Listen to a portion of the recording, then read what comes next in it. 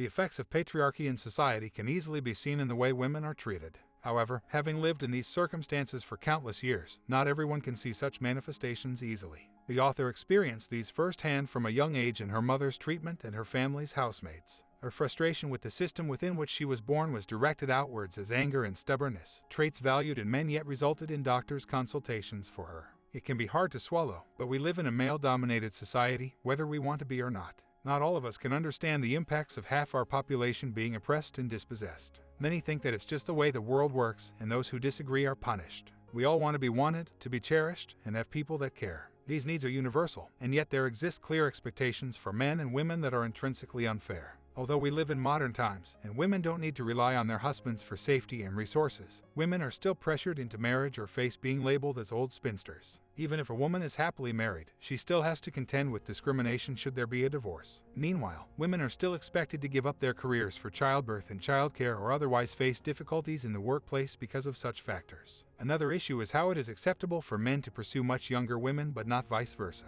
Society reinforces the idea that women are lesser than men. Women are frequently denied opportunities because of their gender. Despite the thought that this is changing, it's still an issue today. Women's work is often derided and undervalued, with some people even thinking that women have no talent or capability to exceed or even reach the same level as men. This is untrue, whichever way you slice it. Yet, women have to work harder than men to obtain anywhere near the same kind of recognition. What do you see when you look into a mirror? Many young girls around the world see their insecurities made flesh in their flesh. Much too often, unrealistic standards are set on women because they are meant to be a commodity. This happens when men's society favors men, women seek to fulfill the male gaze instead of pleasing themselves. As such, the beauty industry ends up preying on women by convincing them that they need this and that product to become beautiful or desirable and perpetuating the cycle. It has also resulted in the idea that women lose their beauty when they get old as if their outward appearance represents their entire and only worth. How are we meant to survive in a patriarchal society then, especially as a woman? The ideal would be to come up with a system that replaces patriarchy through feminism.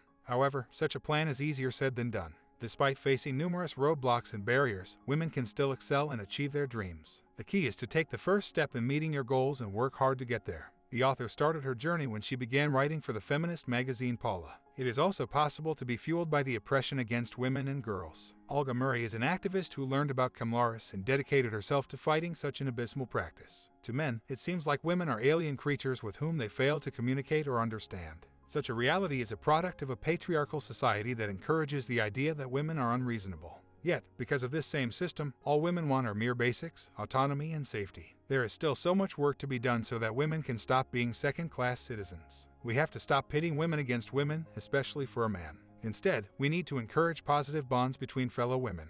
At the same time, we must invest in the development of women in all aspects. After all, we all want a world where everyone gets a fair chance to grow and prosper, a world of compassion and respect, where no one benefits through the oppression of others.